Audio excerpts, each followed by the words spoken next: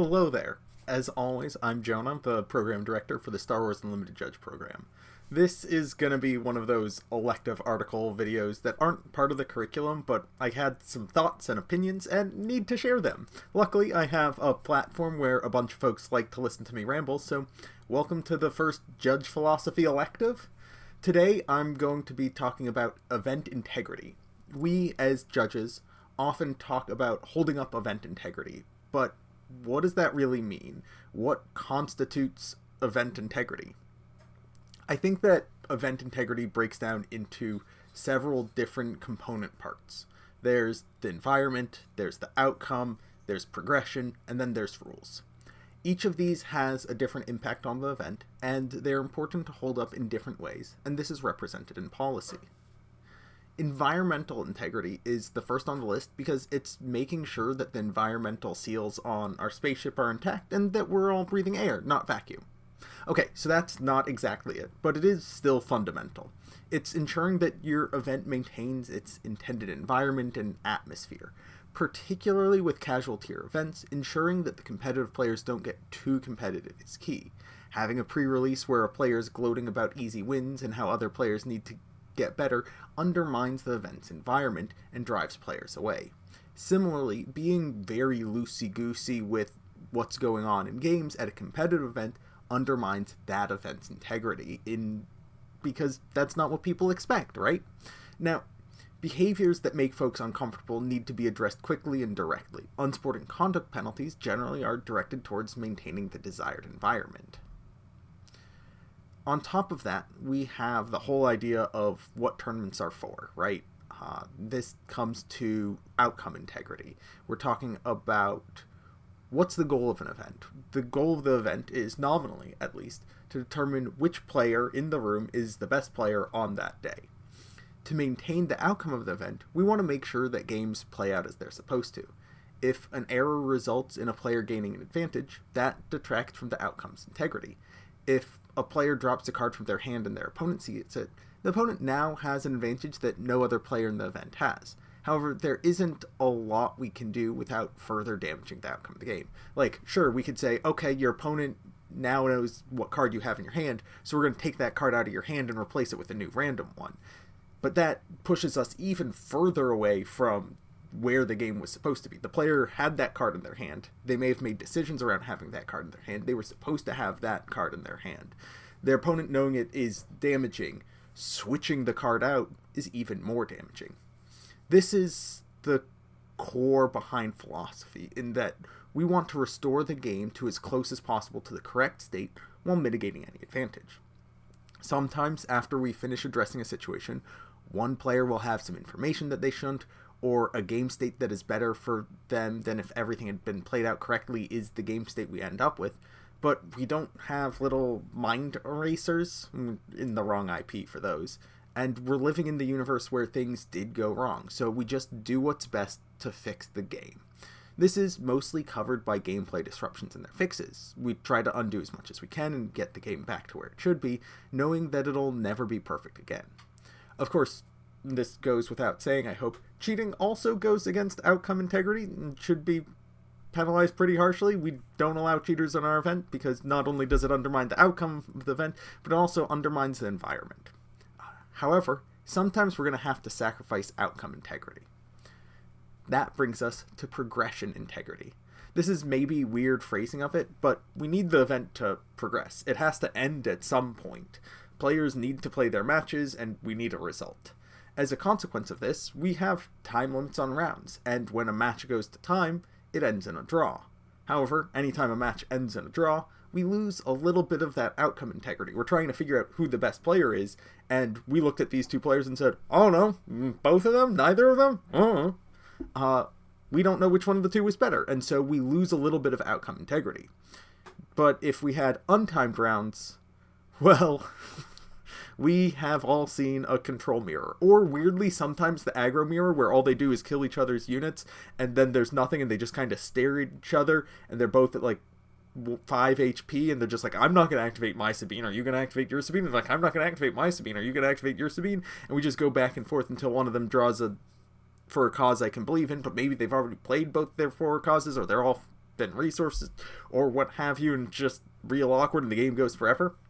Anyways, to keep the event rolling smoothly, we have to have time limits. Otherwise, things kind of get out of hand and the event does need to progress. There's a balance to strike between progression and outcome.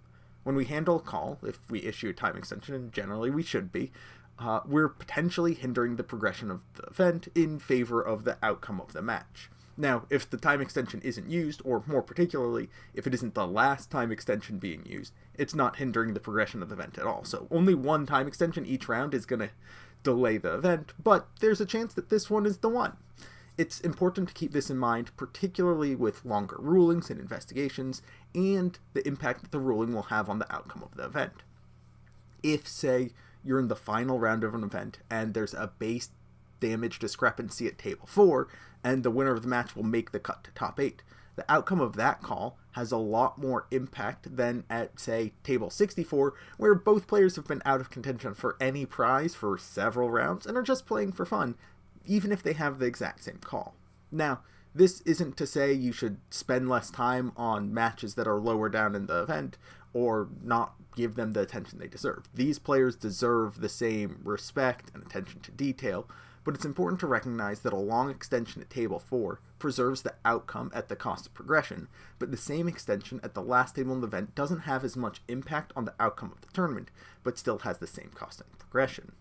Of course, if you just say, oh, your match doesn't matter, keep on playing, it'll be fine, that undermines the environment that you're creating. It makes these players feel like their match doesn't matter to the event, and that they don't really need to be here, and why are they here? And so that part is important, even if it doesn't impact the outcome of the tournament in a meaningful way. Now, the last one is rules integrity, and this may sound a little bit heretical, but sometimes we can ignore the rules. As long as the resulting game state is legal, no player gained an advantage or information, and both players understand what's happening, games can go off the rails in small ways. For example, if a player plays a card with Smuggle, replaces it from the top of their deck, and exhausts the resources to pay for it, they've technically broken the rules, but they haven't gained information, the card was still legally paid for, Smuggle was resolved correctly, it just happened in the wrong order. It's pretty clear what happened. If a player plays Restock and doesn't put it into their discard before resolving it, that's fine too. If, for example, a player has an effect that says draw a card, then discard a card, and they start by discarding, say, Kylo's Tithe Silencer, then they draw a card, that's fine. All they did was make a decision a little bit early. If the effect was the inverse, instructing them to discard, then draw, they wouldn't be allowed to take those actions backwards. They wouldn't be allowed to draw and then discard, because drawing a card would give them access to new information and options that they shouldn't have had access to. If a player plays with their leader above their base when laying out the game, as long as that doesn't confuse the opponent, that's okay. Now, if their opponent would like them to match the prescribed layout as written in the rules, well, that's why the rules exist. They give us a framework to enforce that and ensure that players are on an even playing field. Now, some decks in some games, Magic, Dredge, play the game in such a way that the default layout hampers the experience for both players, and so a strict adherence to the rules doesn't always lead to the best environment, outcome, or progression. If, for example, this is a tangent, maybe you're not familiar with Dredge, but it essentially plays with just the discard pile and nothing in play until it kills you. If you had to keep that in a single pile all of the time, like the Magic rules say you do, it would take longer for players to make decisions, it'd be harder for them to make the correct decisions, both of which hamper progression and outcome, and it would make the player playing the deck feel a little bit worse about their event, which hampers the environment. And so we can push that rule of the discard pile has to be exactly like this just a little bit, so long as no advantage is being gained. The purpose of the rules is to facilitate a fun, fair game. Sometimes issues of sequencing, layout, timing, or communication can be shortcut or pushed around a little bit in an effort to play the game a bit more naturally. When one player has claimed the initiative, their opponent will often batch attack actions together and say, these three attack your base, resolve damage for all the attacks, and then resolve their triggers. This is how people play the game naturally, and it's not the job of judges to intervene as long as everything checks out at the end of the sequence. This is a small sacrifice to the rules in order to better support the progression. If each of those events needed to be performed perfectly technically correctly, it would lead to more matches reaching the time limit and hindering the outcome. Furthermore, allowing space for rule sharking by having exceptionally pedantic policy enforcement without the use of reasonable judgment weakens the environmental integrity and drives away players who are beginning to explore more competitive or organized aspects of play. All that is to say, think about how your actions impact the different axes of event integrity. Taking more time on the call can improve the outcome environment at the cost of progression. Being firmer with the rules can support the rules and progression integrity, but can hamper the environment. Judging is a balance, and understanding what the event you're running is trying to do is fundamental in striking the right balance. What's appropriate for a pre-release is generally going to be very different from what's appropriate for a planetary qualifier.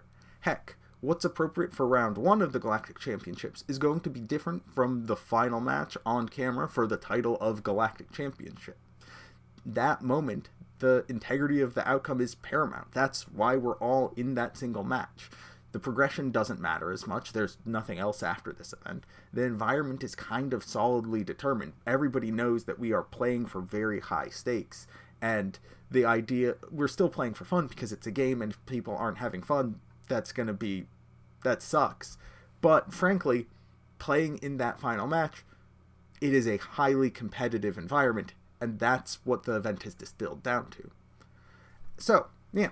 Think about what's happening when you're taking a judge call and how it impacts the event and the people around you, whether they be players, judges, or organizers. It's a large community, and maybe you make the wrong call and tip the balance too far in one direction. That will happen, but that's okay. That's how we learn. We're a community that's growing together, and learning from these decisions is something that we'll also do together. As always, if you have questions, comments, or just want to share your opinions, hop into the official Star Wars Unlimited Judge Program Discord and share. And I'll see you in the future. Good luck, and have fun.